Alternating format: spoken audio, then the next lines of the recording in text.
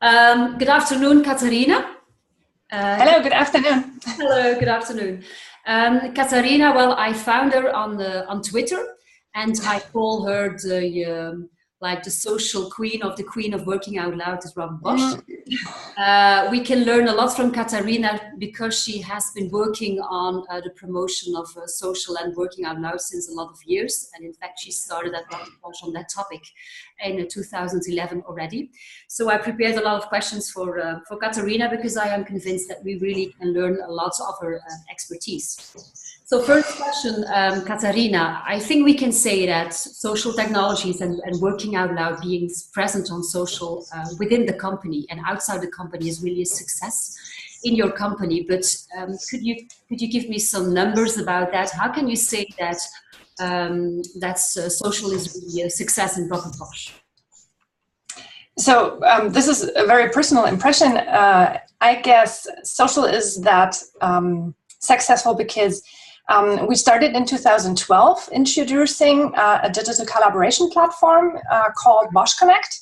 Yep. It's based on IBM Connections. Okay. And after piloting and opening the platform to really every Bosch employee with access to our intranet, we have now, 2017, reached out to 60% active users. 60%. So, yes. 60%. And is that just in Germany? Is that just in Germany or also in other countries? It's worldwide. So we have, so Bosch has about 390,000 employees worldwide in more than 150 countries in more than, I guess, 400 locations. So we are really big. For me, it's very big. Yes, and about 320,000 of these associates do have access to Bosch Connect. And Bosch Connect is used now by 60% of these people actively, which means that they just don't read something quietly without participating. They are having really some activities. So they click on like, they comment, they share, they produce content. They use the platform for collaboration and communication. And for me, 60%. Very good. Not that bad. I knew we had to interview you. So Katharina, in a lot of other organizations, they try to implement social technologies like Yammer or Jive or like the tools from IBM, and it simply does not work. So what I'm really curious about is now you have the 60% of active users at Robert Bosch, not just in Germany, but worldwide. How did you get up until there? Stepwise. Stepwise. So it's really stepwise. I guess in the very first beginning, I personally thought it's quite easy. We have a tool, so come on, let's use it. What I have underestimated is daily business and the processes we have in our daily business. And when you then offer a new tool, it takes time to get into the detail. So, and this is what I personally like. It really changes the way you collaborate. It's a total different way of collaboration and communication. So I'm used to that a bit because I have been with social media, I guess, since, the beginning, for a very much longer time. So I'm used to collaborate virtually with people I maybe not know. But for Bosch associates and for me in my daily business in Bosch, it's total different. Yes. And how did you learn people then to use the tool? Were there some training sessions or how did you do that? Yes, I guess we did everything what come to our mind. We started with a big team. So in the beginning, we were about 20 people in a central project team taking care of, and we called it Enabling Enterprise 2.0 at Bosch. So our definition. Enabling Enterprise 2.0 at Bosch. That was the title of the very first, E2.0, yes. Yeah. The title of the very first project. So of course, we offered a lot of tool training in different steps for beginners, for expert, for the advanced ones. We then started to train as well some methods, working methods like how to work community-based. We set up trainings for community managers who act as role models to guide the people on the platform. We then offered a lot of video tutorials, user tutorials, wiki pages with a lot of content behind. We had call the expert sessions, open chats. So I guess we played on every channel in every medium what was available to let the person or the people use their favorite medium and their favorite training style. Yeah. Okay. So every person needs different training. Everybody learns on a different, learns differently. Okay, that is, I think it's an important lesson learned. You were talking about the importance of community managers. And I think that Robert Bosch even developed a course just for community managers. Is that correct? That's correct. Could you tell a bit more about this training? So we have 4 different trainings at the moment for community managers. One is roughly just some tool explanation, just because they need more knowledge about the tool, some more background information, which other users are totally not interested in. We then have a 2-day training. It's a mix of using the tool and getting more into detail in the theory behind. So I'm not sure, maybe you have seen our model of the community life cycle. I can share that, of course, with you to explain why it's not enough to set up a community on Bosch Connect and then invite everybody and lay down and wait that collaboration starts. It's not like this wonder a lot of people think that it is about. So we train a bit more in detail why a good concept is important, why it's important to think, okay, how have we worked before? How can we work today? Where's the difference? Okay. Which tools can we use? Do we need all the tools IBM Connections is offering? Or can we maybe focus on just blogging, using wikis and forums and maybe status updates? Okay. So we teach we explain to the community managers that a good concept, a clear setup of the community, a clear vision of who's my target group, to whom do I talk to, how do the people work today, how should they work tomorrow, how to enable them to work like that, and then to really how to run business processes on this tool in a community. Yeah. So that's a 2-day training. And then the queen of the trainings is, I guess, a 10 weeks course. No. A 10 weeks course, yes. Thank you. Yeah. So yes, it's a 10 weeks course. It's a community-based blended learning concept, to use some buzzwords. Yes. It's a small group of people, so maybe 10 to 15 at the maximum community managers who meet regularly once a week and who work on tasks during the week in a learning environment. Yes. And they are guided from a learning coach through the process. And the learning coach is a community manager as well. And he guides the people or the participants through these 10 weeks, where they really learn how to set up a great community, how to make a good concept, how to also do strategical consulting, how to engage members on very different channels and ways, how to moderate, how to facilitate, how to be a good host. And this takes 10 weeks. I know that's long, and a lot of people think I'm totally crazy. But it's really a training on the job while doing the job. And maybe this is the special thing behind. You can learn to become a community manager while you already work as a community manager in these 10 weeks. Okay, and if you look at the people who participate in these different kind of trainings to become a community manager, what kind of profiles do you see? Are they just all managers, or employees? Do you have executive level people? Tell me. So I guess most of the people are the ones who really do the job. So who really lead communities and work as community facilitator or host. Mm-hmm. So I guess really normal people like me who are interested to change the way we work and to use these modern technologies. So it's not just the managers, it's also employees. No. Yes, of course, of course. It's open to everybody. Okay. So it's open to everybody who's interested in getting this training.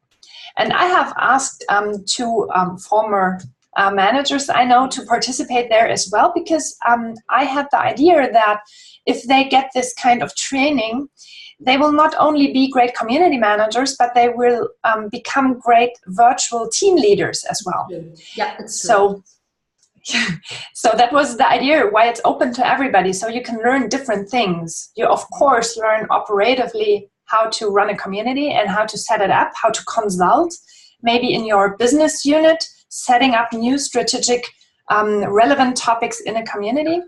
But you as well learn to lead a virtual team and to engage a team in a total different way than you work in the same office. So in fact, following this course is like a leadership course because it's about the leadership of the future, we could say.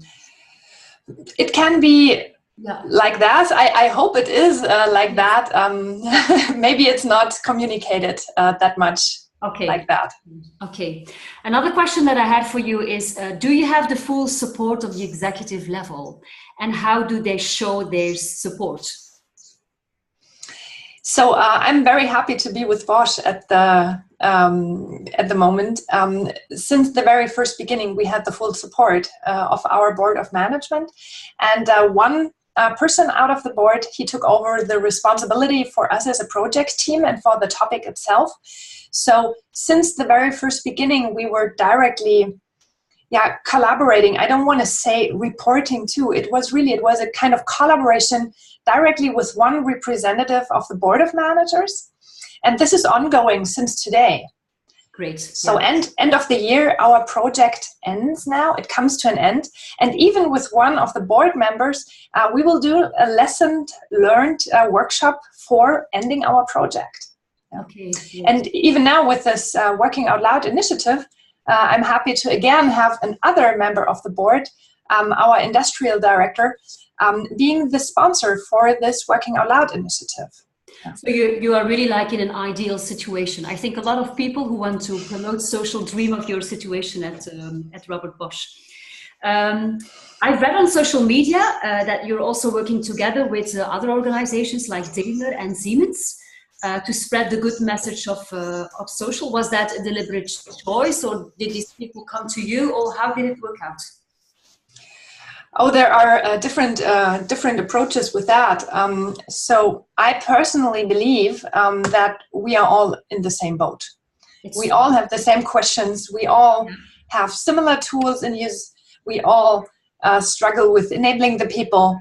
And we all face the same situation. So I personally believe that if we work together, we all become much faster and better in what we try to. It's really collaborate. It is really collaborating, not just within the company, but even with other organizations. Yes. Yeah. Yes. But you do it. So yeah, we do it. So we have we are part of a so-called bench learning project. That's very interesting. It was totally new to us as well when it started in, I guess, 2013-14. I guess we all know benchmark. Yes. So compare each other, compare portfolio measures, whatever. But this is bench learning. So we discuss or we meet to work together on a specific topic. And these topics were decided by everybody beginning of the year. And then we meet 5 times during the year to really work together. And for the first... Yeah, sorry for interrupting. And who is in this bench learning project? So you have you, Robert Bosch, and who are the other companies? So we have Daimler with us. We have Daimler, Audi, Volkswagen, German car suppliers in. We have the Deutsche Telekom is part of that. Oh my God, who are all the people? We have ZF Friedrichshafen is now with us. We had Siemens is with us. We had meetings with Henkel was with us for a year. We have Deutsche Post DHL with us. So it's focused on Germany and German other companies. And it should be companies who are comparable with us. Oh, I missed the Continental is with us. Harald Schirmer, you know him as well. Yeah. Tell about what you do. Yeah, tell about what you do. This bench learning project. So it wasn't my idea. It was the Cogneon. Simon Dückert is organizing that for us in Germany, and we all have a similar size. We all work globally, and we all use very similar technologies, social technologies. And yeah, we are now in this group since 2, 3, 4 years already, I guess. We meet 5 times a year for 1.5 days. Wow. We share what we are working on, what's on our project roadmap, so the topics we personally work on and the team around us is working on. And then we concentrate in a bar camp format to make deep dive in specific topics, which we have normally set up 1 or 2 weeks before we meet. Yeah? So we work virtually in between the meetings, and then we meet 1.5 days personally, face-to-face. Yes, great. Yeah, great. Sometimes when I talk to executive level, they are not all convinced about the advantages of social. And then they ask me for a concrete example of the business advantages of the use of social technologies. So could you give me some arguments to convince those non-believers? So what are the business advantages of social technologies? Maybe you can share some examples that you saw at Robert Bosch. So maybe I share an example from today. I had today a telephone conference with colleagues from China. Yes. And China is very interesting for us because they are very, very used to social technologies because everybody is on WeChat. Ah, yes, yeah. We don't use WeChat here in Europe, not that much. So how to bring them on our digital collaboration platform, Bosch Connect, how to convince them to use the second tool with exactly the same features. Yes, and what did you say? I showed them an example. I was like, hey, Connie, as an example, I said, hey, Connie, when I come over now to China and we need to collaborate on a specific project, for me, your name is a Chinese name. I don't know if you are male or female. So for me, it feels totally weird to get in touch with you without knowing your first name and your last name, because in our email directory, I cannot see that. And on Bosch Connect, if you don't use it, I don't see a picture of you. I cannot see a profile background, some information who you are, tags who describe what you do, who show your experience. Yeah. So when I now come over to China, I don't know how to call you. Maybe I have problems in spelling your name, and that makes me so I feel uncomfortable to get in touch with a person I don't know, and I don't know how to address. But if we are all on the same tool, having pictures, profiles, tags, if we are all connected, it's much easier to get in touch. And this is maybe the very easiest use case I see till today, because if we get in touch with each other faster, there's a business value in that. If I feel more comfortable in getting in touch with others, other colleagues, there's a business case behind that.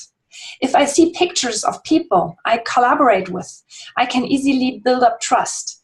And the quality of the information I'm able to share or I'm willing to share increases. This is a business value out of that. Yes. And if I'm connected and I see what is going on around my specific topics of interest, then I can participate actively and intrinsically motivated. And I can learn from others to improve myself. I can give feedback to them to help them improve their work. I get feedback back to improve again myself. And this is something where we all can learn and grow together. But we need the same technology to meet there, because if we are all in different channels, if we all stay offline with 390,000 people, I'm not able to meet them. Yeah. Of course, there's no need to meet everybody, but the people who know something around the topic of my interest, so my job, my role, my position. Yeah. Then sometimes people tell to me, because, you know, in the book that I've written with other people, there are a lot of cases. It's about Sanofi Pasteur, Engie, KBC. And then people tell me, yes, maybe social is very positive, has some business advantages in large organizations. But do you also need social in rather smaller organizations? What do you think? What do you think? So I think if you have one team in one room, you don't need such a platform. Mm-hmm. If you are spread over different locations, such a platform makes sense. Yep. Maybe it's just a simple platform. It mustn't be IBM Connections. It mustn't be such a big platform. But I really think that being visible, sharing your work, showing your interest, make your talent maybe visible is something we all need in the digital age to stay successful, to learn from each other, to exchange. And this is something, we can do that offline. And we do it a lot by meeting at the coffee machine or having lunch together, because there's always information which is interesting. But if you are spread over different locations in different countries, and maybe the diversity aspect of having different cultures, it takes time, and such a social technology makes it much easier. Yeah, okay. I think that, but I would like to have your opinion. When in the organization there is no trust at all between teams, between employees, between hierarchical layers, and I think it will be very difficult to implement social. But I think so if there is already a bit of social, and if there is already a bit of trust, and then if you implement social, it will increase the trust in the organization. But do you agree that that it is difficult to install such a technology when there is no trust between the employees and the team? So how did you do that at Robert Bosch? Tackle the trust question. Yeah. So lucky me, maybe I'm again in an ideal environment, because the values we all believe in, they are guilty since end of 18th century, so for a very long time. And I guess we do have a very good and stable culture where sharing is recommended and wanted. I see, of course, it's always depending on the people. There are people more open and more willing to share, and we do see, of course, people who maybe work also with sensitive topics in pre-development, who cannot share or are not used to share. So we see, of course, very different levels of that. But I guess without trust, social doesn't make sense, or social technology, because if I don't want it, if I'm not able to share, if I'm not brave enough to share, if I'm not curious what others share, it doesn't make sense. So I guess a little bit of, we want collaboration, we want sharing, we believe in the power of networks, we believe in the power of communities. We want communities form around topics and not around org charts. This is, I guess, the minimum basis to start something like that. Okay. Are there some specific lessons learned or tips and tricks that you would like to share with the people who are listening to you now? Katharina's tips. So maybe my top 3. If you have the possibility to work in groups, teams, spaces, communities. So if you have a team formed around a topic, please train a community manager. And please don't believe that the social affine intern can run that. I guess an internal associate who knows the business and knows the processes is a much better choice, even if it hurts, because it takes time. Okay, good. So that's, I guess, my first recommendation. Okay. These community managers, they not urgently need the perfect training, but I guess they need the right heart and enthusiasm to care about people, and to network and work, be a role model for that. That's much more important than any training we see in the market. So a community manager Number 1. that cares with a little heart, that cares about. Yeah, yes, definitely. And who likes people, please. Yep. Yeah. So second. Yeah. I thought this was already the third one. No. Second one, sorry. No, I'm fine. So number 2, start working out loud immediately. It is, and I'm doing this quite now for a long time. It is maybe the most powerful enabler I have seen so far, because it's so simple. It doesn't cost anything. The guides are there.